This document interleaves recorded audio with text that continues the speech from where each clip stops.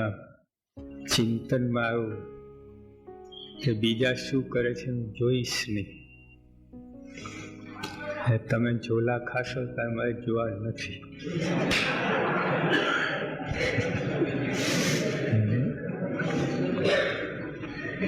લાભ કઈ પેલું એક તો લાભ આપણે લઈ રહ્યા છે કે નહીં, અથવા લાભ કઈ રીતે લેવું તે આપણે જાણવું ખૂબ જરૂરી છે.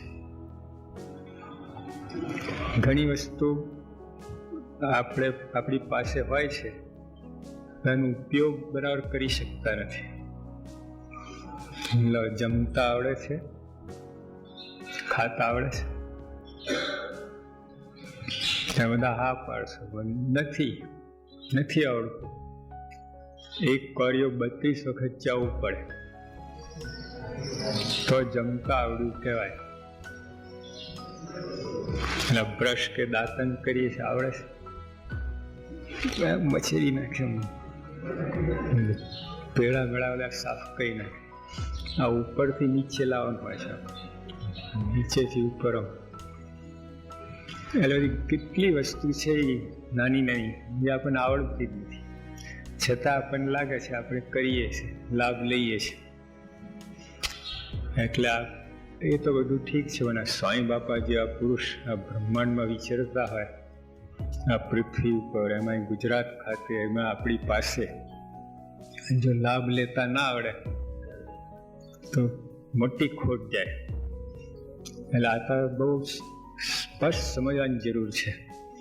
કેટલું આપણું મોહ જતું કરવું પડે, કેટલી આપણી આળસને અણસમજણ દૂર કરવી પડે ત્યારે લાભ લેવાય. એટલે લાભ મને એક દર્દી હતો, વૈદ પાસે ગયો. વૈદે કહ્યું કે ભાઈ તારે આ મીડિયાનું સેવન કરવાનું. ઘરે ગયો, 5-6 મણ મીડિયા લઈ આવ્યો.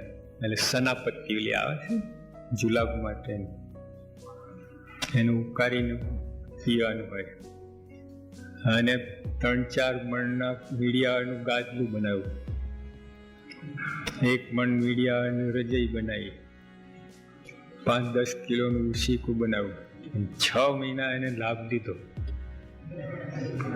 કોઈ ફાયદો થયો નહીં એને. બોલો. પછી વૈદ પાસે ગયો અને કહે સાહેબ આ કેમ આ કંઈ થતું નથી, કાંઈ સુધારો થતો નહીં તબિયતમાં.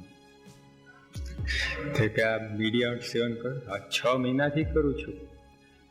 કેવી રીતે કરો છો? કામ ગાદલું રજાઈ એમ નહીં કે એક ખાલી 2 તોલા ઉકારીને પીઓ ને અઠવાડિયામાં ખબર પડી જશે.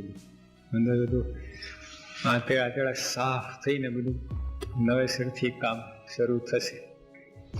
એટલે એમ આપણને લાગતું એક બાપાને લાભ લઈ રહ્યા છે અને કઈ રીતે નથી લેતા, ભ્રમ હોય. એટલે જાણવું બહુ જરૂરી છે. અને આ લાભ કઈ રીતે લેવું એ જો આવડે તો થોડાકમાં મોટું જાજુ કામ થાય. સ્વામીના પ્રગટની આજ્ઞાથી 1 મારા ફેરે કરોડ મારાનું પુણ્ય. થોડાકમાં કેટલું જાજુ કામ થાય. આવડે તો કામ થઈ જાય. એટલે લાભ શું પહેલા એ આપણે સમજવું. સ્વામી બાપા અત્યારે ભગવાનનું સુખ ભોગવી રહ્યા છે. લૌકિક સુખ નથી એમને, લૌકિક સુખ પ્રાપ્ત છે પણ એનો એને આનંદ નથી. આપણે એમાં જ હલવાઈ ગયા છે. ત્યારે ઘણાની ઈચ્છા છે ભાઈ આપણે પ્રમુખ સૈયા જેવા થવું છે. કેમ? બાપાને લાખો માણસ માને છે, હાર તોરા થાય છે. લો એ મનમાં હોય એટલા માટે એમના ભાવને નથી પામવાનું. અને ભગવાનનું સુખ લઈ રહ્યા છે એટલા માટે એમના ભાવને પામવાની જરૂર છે. જો આ દ્રષ્ટિ જ ના હોય, આપણે આમ જ જતું રહેવું.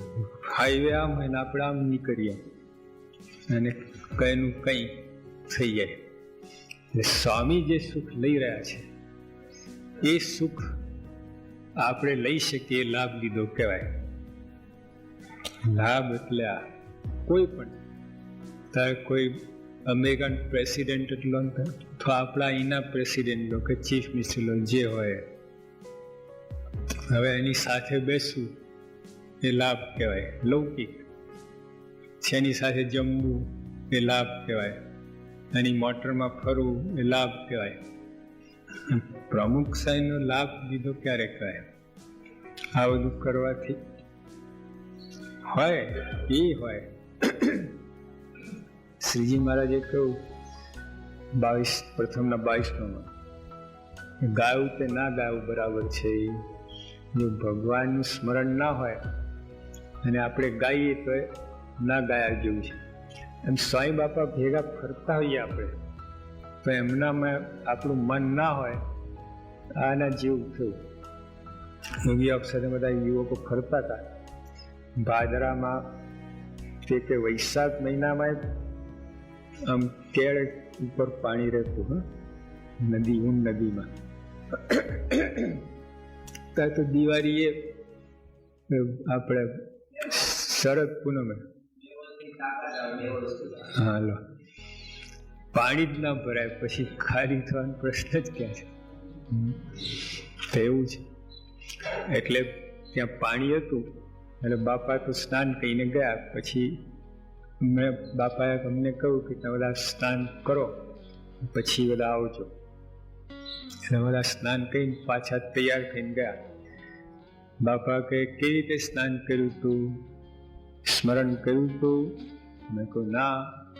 બાપા કહે લોહીમાં નાયા. લોહીમાં નાયા, સ્મરણ કર્યા વગર, ભગવાનને અથવા બાપાને સંભાળ્યા વગર સ્નાન કર્યું, લોહીમાં નાયા.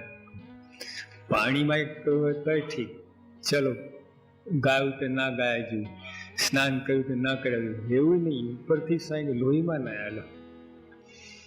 જો આ લાભ આપણને લાગે છે કે લાભ લીધો, બાપા ભેવા ગયા ને આમ હું નદીમાં સ્નાન કર્યું ને આમ ને તેમ, પણ શું બનતું? દેખાય છે લાભ લીધો અને ગેરલાભ તો ઉપરથી ખોટના ધંધા થયા. એટલે સ્વામી ભેગા લાભ લેવાનું એ સ્વામી જે રીતે લાભ લે છે. સ્વામી બાપાની કથા વાર્તામાં રુચિ છે, પછી આ દેવ દર્શનમાં રુચિ છે, પછી સેવામાં રુચિ છે, તો એમાં એ લાભ લે છે. એમ આવી રીતે આપણે એ બધું સેવા દર્શન આ બધું કરીને એમાં સ્મરણ રાખીને લાભ લઈએ તો લાભ લીધો કહેવાય. જાણવું તો જોઈએ, ખબર જ ના હોય તો એ કરવાના છે. ત્યાં ઘરેથી નીકળ્યા ને કોઈ કે ક્યાં જવું છે, જ્યાં નીકળાય ત્યાં. તો એ ક્યાં જાઓ તમે? નક્કી હોવું જોઈએ. નીકળ્યા ભાઈ શાક લેવા જવું છે કે સ્ટેશને જવું છે કે કંઈક હોય તો સીધા પહોંચી જાય. ખબર જ ના હોય ફરતા હતા સાંજે પણ શાક લેવાનું ભૂલી જાય, એવું થાય. આપણે ખ્યાલ તો હોય કે લાભ કોને કહેવાય, લાભ કઈ રીતે લેવો. પછી એમાં જેટલો આપણે શ્રદ્ધા અને જેટલો ખપ હોય પ્રમાણે થાય. ખબર જ ના હોય તો થોડાકમાં કેટલો લાભ થઈ જાય જો ખબર હોય તો. એ લાભ મારા નામથી આજ સુધી તમે જુઓ બધા રીતે લાભ લીધો છે.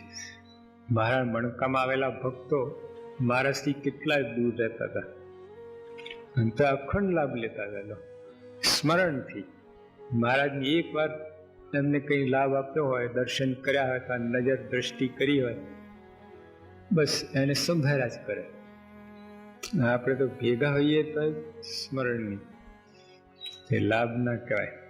એટલે એક ભ્રમ છે, ખોટો આપણને ખ્યાલ છે.